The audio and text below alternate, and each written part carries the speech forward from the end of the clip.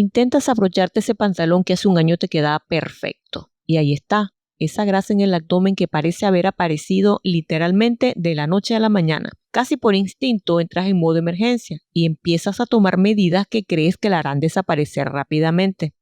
Soy la doctora Hernández y hoy vamos a revisar 5 errores frecuentes que cometen muchas mujeres al intentar reducir esa grasa abdominal, por qué no funcionan y cómo algunos pueden aumentar tu riesgo cardiovascular. Al final sabrás si estás cometiendo alguno de ellos y qué debes hacer para corregirlo. Primero, necesitamos cambiar la perspectiva. Durante la perimenopausia y la menopausia, la caída de los estrógenos favorecen que la grasa se acumule en el abdomen como grasa visceral, la que rodea los órganos. Y esto no es solo un problema estético.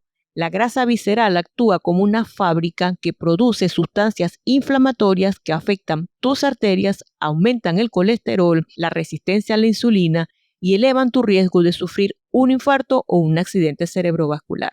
Entonces sí, reducir la grasa abdominal también reduce tu riesgo cardiovascular, pero la manera en que lo haces importa y es por eso que debes evitar estos 5 errores. Error número 1, restringir calorías en forma agresiva. La lógica de siempre, menos caloría, menos peso, lleva a muchas mujeres a comer muy poco, esperando resultados rápidos. Pero después de los 40, con restricciones severas, lo primero que sacrificas es tu masa muscular. Y el músculo absorbe el 80% de la glucosa en tu sangre. Además, es el mayor consumidor de calorías. Perderlo significa que tendrás más glucosa en sangre y un metabolismo más lento. Ambas situaciones favorecen resistencia a la insulina y más acumulación de grasa abdominal.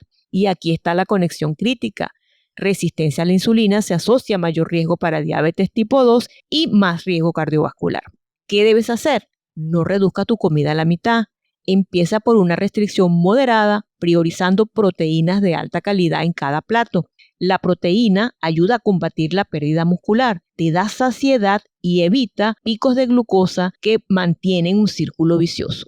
El error número 2, hacer solo cardio sin ejercicios de fuerza. El cardio ayuda a mejorar tu salud cardiovascular, pero por sí solo no compensa la pérdida de masa muscular que ocurre en esta etapa. Por eso, el entrenamiento de fuerza no es opcional, probablemente sea una de las herramientas más subestimadas para proteger tu salud cardiometabólica. Haz 2 o 3 sesiones de fuerza por semana. Levantar peso o utilizar bandas de resistencia te ayuda a construir músculo. El cardio completa tu rutina, no reemplaza el entrenamiento de fuerza. El error número 3, guiarte solo por el número de la báscula. Cambias tu alimentación, empiezas a ejercitarte, pero pesas casi lo mismo que al inicio. Entonces comes todavía menos y haces más cardio o abandonas toda estrategia y te resignas a esa grasa abdominal.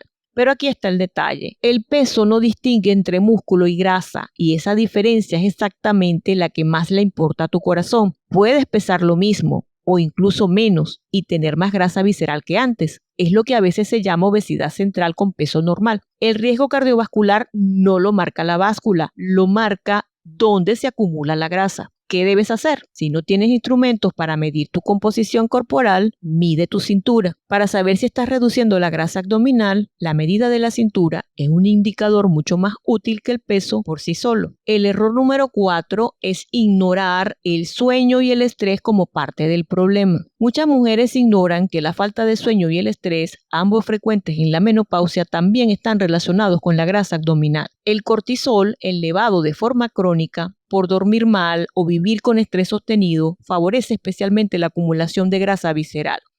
Incluso una sola noche de mal descanso puede aumentar drásticamente tu resistencia a la insulina al día siguiente. Imagina entonces el efecto que una deuda del sueño sostenido produce. Es un círculo que se retroalimenta y afecta directamente el corazón y las arterias. Ninguna dieta compensa un sueño crónicamente insuficiente. El sueño y el manejo del estrés son parte del plan, no es un extra. Para manejar el estrés, incorpora una práctica completa todos los días, como respiraciones lentas, meditación guiada, relajación muscular o simplemente haz pausas para desconectarte de todo. Y si el estrés es persistente o te está desbordando, busca ayuda profesional.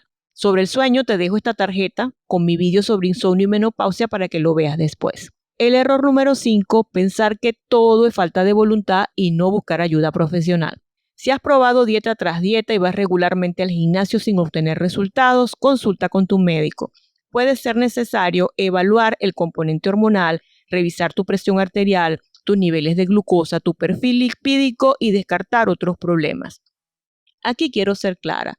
Reducir la grasa abdominal no depende solo de tu fuerza de voluntad y tampoco siempre se resuelve únicamente con hábitos si hay otros factores en juego. En algunas mujeres, la terapia hormonal puede formar parte de la solución. Otras necesitan centrarse más en corregir sus factores de riesgo cardiovascular y en otras habrá que buscar causas que no están relacionadas con la menopausia, porque no todo se explica por tus hormonas. Si te vas con una sola idea del vídeo, que sea esta. La grasa abdominal en la menopausia no se combate pasando hambre ni haciendo más cardio. Se combate conservando músculo, cuidando el sueño, tratando tu problema específico y mirando esto como lo que es, una señal para revisar tu salud cardiovascular y no solo tu talla de ropa. En el próximo vídeo vamos a hablar de sarcopenia en la menopausia, por qué ocurre, cómo impacta tu salud cardiovascular y qué puedes hacer para prevenirla. Dale me gusta al vídeo y suscríbete si aún no lo has hecho. Compártelo para que llegue a más mujeres. Nos vemos la semana que viene.